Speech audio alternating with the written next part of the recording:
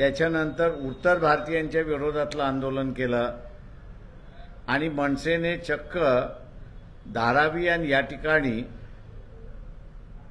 छठ पूजा जी असते त्या छठ पूजेलाच विरोध केला आणि अनेक बिहारमधल्या राहणाऱ्या लोकांना त्यांनी त्रास दिला, मारलाही, अशी परिस्थिती आहे। मनसेचे प्रमुख राज ठाकरे यांनी भारतीय जनता पक्ष नरेंद्र मोदी यांना पाठिंबा दिला, त्यामुळे बिहारमधील जनता आणि बिहारमधले कार्यकर्ते मुंबईत जे राहतात, उत्तर प्रदेशमधले कार्यकर्ते जे मुंबईमध्ये राहतात आणि साऊथ इंडियन जो आहे की ज्याला बीजेपी जवळची वाटत होती, त्यांना आता असुरक्षित वाटायला लागलंय आणि अनेक जण आता लोकसभेची उमेदवारी आम्हाला वंचितच्या वतीने करायचं आहे असा संकेत त्या ठिकाणी देतात आहेत। मुंबईचे उमेदवार आम्ही जाणीवपूर्वक जाहीर केले नाहीत।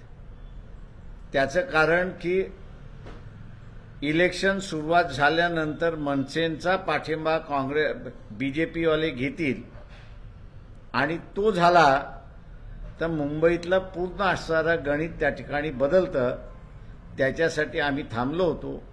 मुंबई आणि इतर मतदारसंघातील उमेदवार जे आहेत वंचितचे, ते उद्या संध्याकाळपर्यंत आम्ही असणारं जाहीर करू।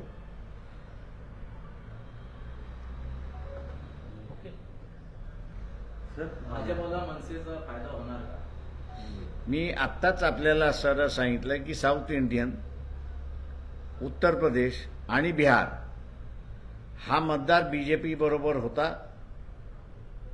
तो राहणार नाही। काल रात्रीपासून त्याचे संकेत त्या ठिकाणी आलेले आहेत आणि अनेक ठिकाणी ते उमेदवार सुद्धा पक्षामधले जे आहेत त्या ते पुढे येऊन इलेक्शन लढवण्याची सुद्धा भाषा बोलतात।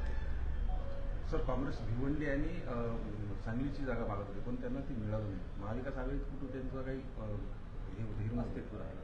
काँग्रेसवाल्यांनी अगोदर काँग्रेसने ठरवलं पाहिजे की महाराष्ट्रामध्ये त्यांचं अस्तित्व त्यांना ठेवायचं आहे की नाही ठेवायचं आहे। सांगलीमध्ये शिवसेनेचं काहीच नव्हतं, पण शरद पवार आणि उद्धव ठाकरे यांनी मिळून ती जागा घेतली आणि आज सकाळीच माझ्याकडे विशाल पाटील हे येऊन गेले,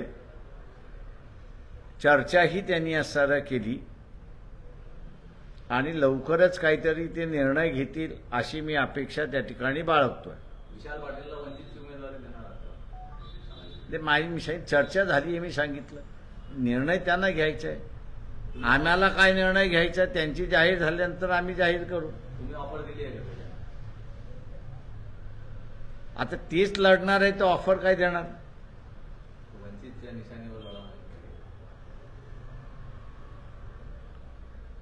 मी अजून कुठलाही आग्रह केलेला नाही आणि कुठलंही सजेशन त्यांना दिलेलं नाही। त्यांचं म्हणणं मी ऐकून घेतलं आणि त्यांना म्हणालो की फॉर्म भरल्यानंतर आपण ठरवू।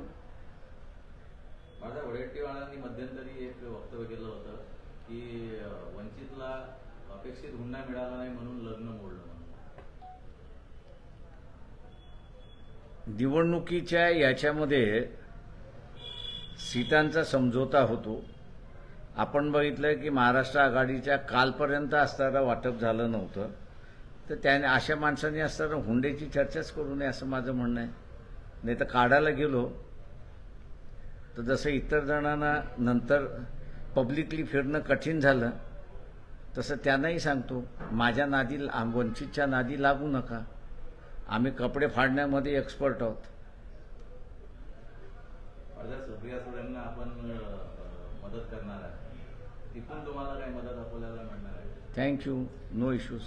सर, केजरीवाल की कल कोर्ट ने जो है तो जो उन्होंने दाखिल किया था उसको फटकारा है, उसको नकारा है, क्या कहेंगे उसको?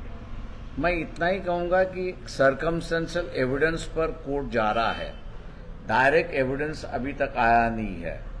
ये एक गलत ट्रेंड है, ऐसा मैं मान के चलता हूं कि जब तक आपके पास डायरेक्ट एविडेंस नहीं है तब तक आप किसी के खिलाफ कार्रवाई नहीं कर सकती। कानून ये कहता है कि आपके पास अगर सबूत है, वो सबूत अगर कोर्ट ने मान लिया तो ये आप दोषी है, वरना दोषी नहीं है। तो इस प्रिंसिपल को देखेंगे तो कहीं सुनी हुई बात और पॉसिबली ये हो सकता है, इस पर इसके थियरी पर जो कोर्ट चल रही है वो मैं समझता हूं कि सही नहीं है। और कोर्ट ने सीधे सीधे ईडी से पूछना चाहिए, आपके पास ठोस पुरावा हो तो ले आइए, सर्कमस्टेंशियल एविडेंस मत ले आइए। नवनीत राणा की जाति प्रमाण पत्रों को लेकर जो भी निर्णय हुआ है उसको लेकर कुछ बातें सामने आई हो, क्या है कि इतना जल्दबाजी में ये सब कुछ हुआ? देखिए, एक ऐसा कहूंगा कि कोर्ट ने ये इसका जवाब नहीं दिया है कि मुलुंड के मैजिस्ट्रेट कोर्ट में नवनीत राणा के खिलाफ फ्रॉड डॉक्यूमेंट करने का आरोप लगा हुआ है, वो केस चली हुई है, उसका आप उस तथ्य को न देते हुए जिस कमेटी ने उस तथ्य को लेकर उनकी खारिज किया हुआ है, आप कैसे कहेंगे कि ये हाईकोर्ट की जुरिडिक्शन नहीं है? मैं इतना कोर्ट से कहूंगा कि हाईकोर्ट की जुरिडिक्शन 226 और 227 ये आर्टिकल 232 से भी बड़ी है और ज्यादा है, और इसलिए मैं कहता हूं कि high court is more powerful than the supreme court original jurisdiction में।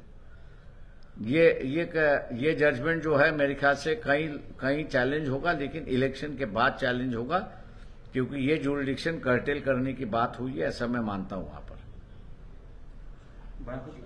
सुप्रिया सुळे किंवा शरद पवारांनी तुम्हाला जर आग्रह केला किंवा विनंती केली बारामती, मी हायपोथेटिकलचे उत्तर देत नाही। थँक्यू। लोकशाही मराठी ऐका, पहा, जागरूक रहा।